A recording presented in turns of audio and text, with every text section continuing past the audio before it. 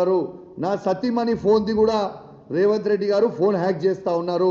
దీనికి ఎవిడెన్స్గా ఎట్లా చెప్తా ఉన్నానంటే అది కూడా మీ అందరు కూడా తెలవాలని చెప్తా ఉన్నాను.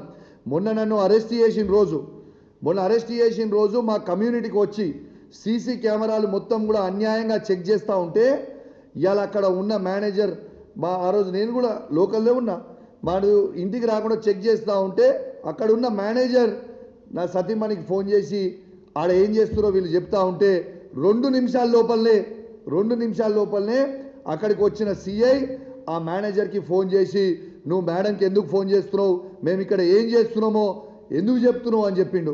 మరి ఆయన నా వైఫ్కి ఫోన్ చేసింది ఈ పోలీసు వాళ్ళకి ఎట్లా తెలుసు అంటారు. నా సతీమణి ఫోన్ది కూడా రేవంత్ రెడ్డి గారు ఫోన్ హ్యాక్ చేస్తూ ఉన్నారు. దీనికి ఎవిడెన్స్గా ఎట్లా చెప్తా ఉన్నానంటే అది కూడా మీ అందరు కూడా తెలవాలని చెప్తా ఉన్నాను.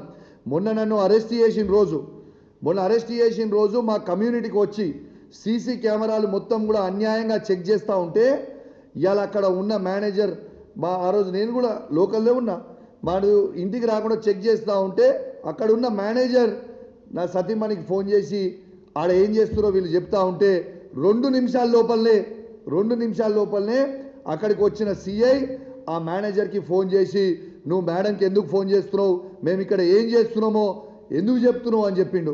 మరి ఆయన నా వైఫ్కి ఫోన్ చేసింది ఈ పోలీసు వాళ్ళకి ఎట్లా తెలుసు